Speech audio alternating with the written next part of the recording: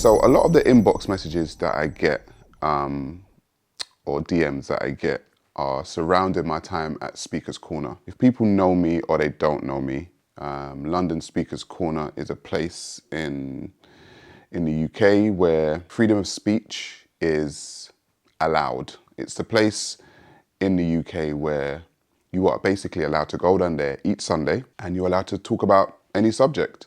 You're allowed to talk about race, religion, politics, the monarchy, presidents. There is no limit on what can be spoken about at Speaker's Corner. And so I was there for maybe about 4 or 5 years. And most of the time I was there talking about religion. A lot of the DMs that I get are people that saw my debates at Speaker's Corner for years and they always ask me to go back down there. I won't be going back down to Speaker's Corner. It was a place that, you know, served its purpose, served its time. However, a lot of people, because they've seen so many of the religious debates that I've had down there, ask me a lot about my religious views. So it's no surprise, or it's probably no secret to people who have been following me for a while, that I'm not a religious person. I'm not a religious person based on my own research, based on my own ways in which I view spirituality. I view spirituality as an individual thing. I don't view it as something that should be done collectively, i.e. religion. I'm not a religious person. I don't believe in religious institutions. I believe that all spiritual journeys should be done individually. And I don't believe that there's like a one-size-fits-all type religion that works for everyone. Religions, for me, are more so political than they are spiritual. They're more so about governing people than they are about the journey that a person should actually go on. One of my favorite debates at Speaker's Corner while I was there was talking about energy with a guy called Ali Dawah. All we have to do is, we exist, there are two realms, and I've said this before. There's the realm of knowing and there's the realm of belief. That's it. We know that there's a set amount of energy in the universe, and we know that everything is energy. That's what we know. Yes or no? Do you agree? Who told you that you know that? You know that. No. We all know it. No, how do you mean? We all know it. I don't know that. Who told you that you know that? Knowing. Because right now I'm going to see if it's a belief or if it's and knowing. You are the knowing. How did you come to that conclusion? You know it and I know it. Sarah, how do I imagine me coming and saying to you, I know you are white. Okay. I know and you know. Do you know that? I know and you know. No, but is you that, know that. No, is that a claim? No. Okay, let me ask you then. Who told you? Do you agree then? Do you agree that that this universe exists? No, this universe, yeah, I agree. Okay, do you agree that we are within this universe? Okay, do you agree that so are these things that you know now? That the universe is here and that you're here? Well, of course, that's it. Okay, these are things that you know? Yes, I know. Okay, do you know 1 + 1 is 2? Yes. Okay, good. Do you know anything outside the universe? Do I know? For example, I know that there's a creator. No, you just went somewhere else. No, I didn't. You just went somewhere else. I didn't. Do you see what you just did? No, I know. How do you know? I know what you just did. You how do you know? You just no question. This is my whole. No, you believe. No, 1 second. How do I know? You believe. There's a difference, bro. There's a difference. Basically, he couldn't wrap his head around the fact that I saw what he calls God as energy. And, you know, the most basic, fundamental rule of the universe, E = mc², is that everything is energy and energy is everything. And so if everything is energy and energy is everything, then what is the origin of everything? I would say energy, right? He couldn't wrap his head around it because he was, and it happens with a lot of religious people, if I'm totally honest. It happens a lot because when you come from a certain standpoint and you are bogged down with religious dogma in your head, what you call God has certain characteristics. What you call God has a certain commandments. What you call God has a book. As a spiritual person, I don't have a book. I have many books, as a matter of fact, that help me spiritually. Are there any commandments? No, not unless they are the ones that I make for myself. So God essentially within religion is this archetype, overbearing, overseeing individual who tells you what to do, when to do it, and if you don't do it, then you're going to burn forever, for eternity in hell. As a spiritual person, I don't have that view whatsoever. A lot of the times it's hard for people to kind of grasp my view. But what I do understand, and what's very interesting to me, is I call myself a pantheist. And so a lot of the time when I explain to people my worldview when it comes to pantheism, is that they are pantheists themselves and they didn't know it. And that is what's interesting. So the pantheist way of viewing the world is that everything is energy and everything is interconnected. There is no all-seeing, overbearing God concept. Everything is wrapped up within the one, which is the universe. Very description for what the universe is all existing matter and space. And if everything is all existing matter and space, plus everything is energy, then everything is one. We have within that one the ups, the downs, the lefts, the rights, the light, the dark, the good, the bad, the evil, the happiness. Everything is wrapped up within the one. And so essentially, this is God. I'm part of it, you're part of it. You cannot separate yourself from the one because we are all energy, just vibrating on different frequencies. Having debates with religious people has been entertaining, I will say that, over the years, but I rarely do it now. I rarely have like debates with religious people now because I kind of feel like I've kind of touched on all the subjects. People ask me to go over certain things, and I always tell people, listen, you can go to my debates at Speaker's Corner. I've got a whole playlist on my YouTube page called Sarah at Speaker's Corner, and you can go and see my views on religion. It's funny because during the time debating religious people, as you can probably expect, I've been called a whole host of names. I've been called the devil. I've been called the shaitan.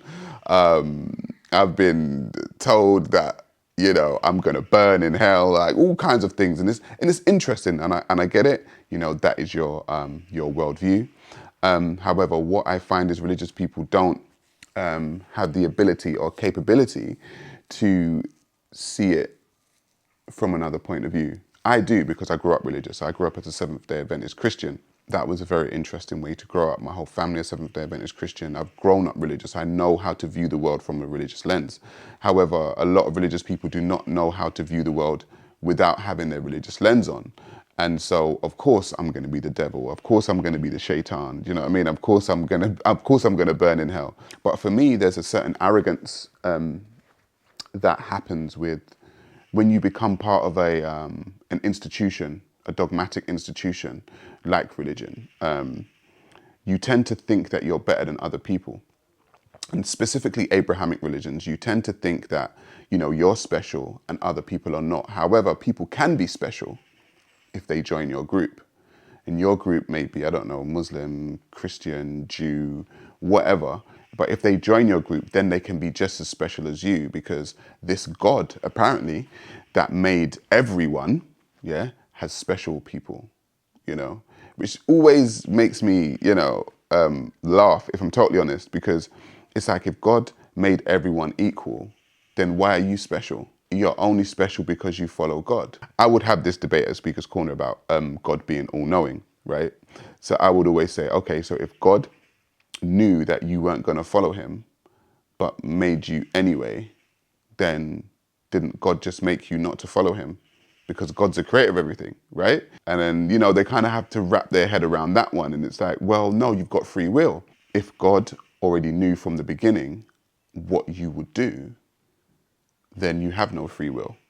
Because in the beginning, there was God. You and I didn't exist, apparently. The stars didn't exist. The universe didn't exist. But at that point, he already knew what would happen. So as he created, he knew exactly the outcome of everything that he created, which means he's the author of everything that he created, which means His will came first. Do you agree with him? God will everything? No, you don't agree with him. Do you agree with him? Everything that happens with the will of God. Okay. What he's saying. So basically you're saying God wills everything then? I didn't say that. Everything that happens I didn't say is that. with the will of God? I didn't say that. Exactly. Okay. Everything that happens is with the will of Is there God. something that comes that is willed The thing that is not that God didn't will?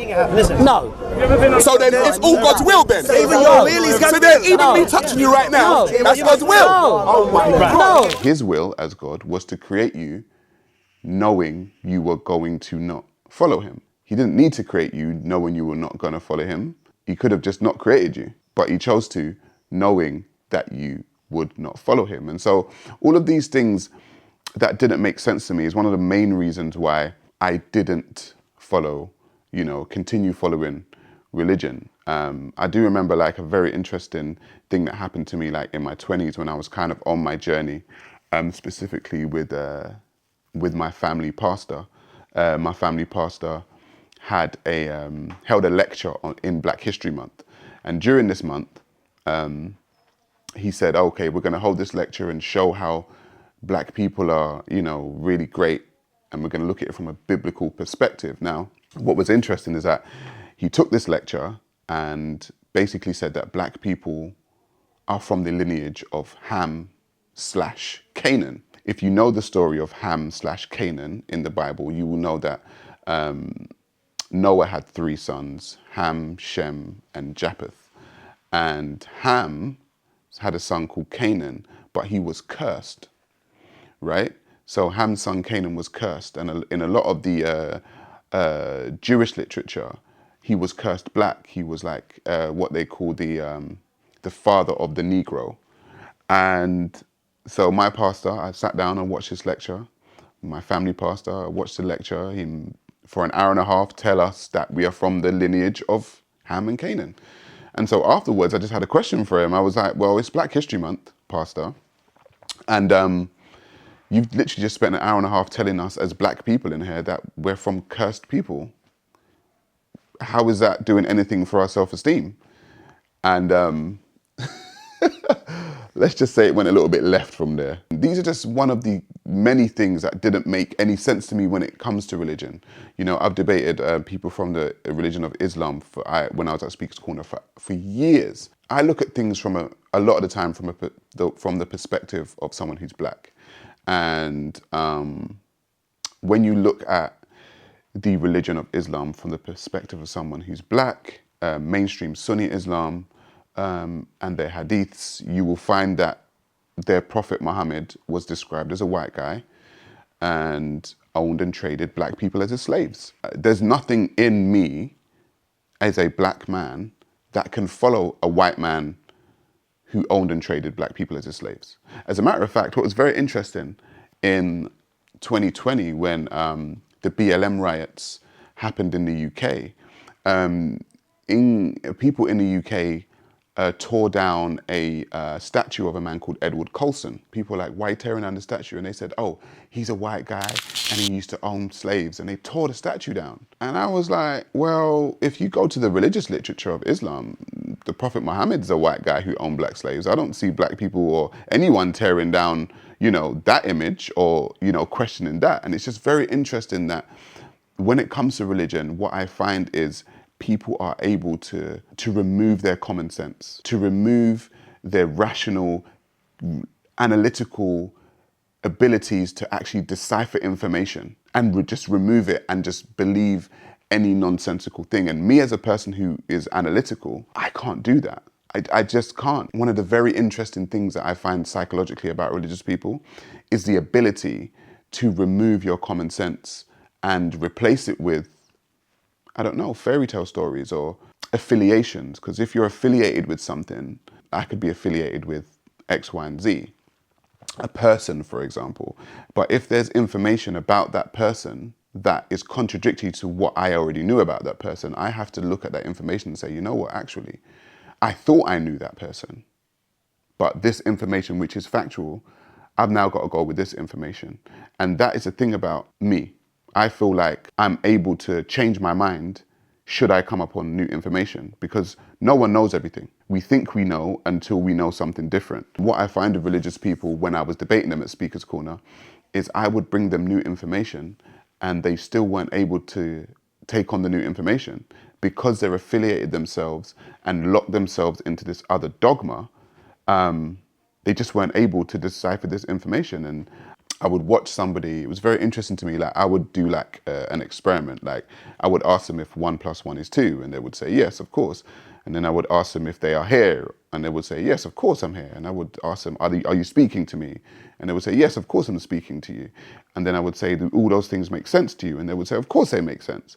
And then I'd say, okay, does a man flying into the sky make sense to you? And then you just kind of watch them say, yeah, of course. How did your brain get there? You've never seen a man fly.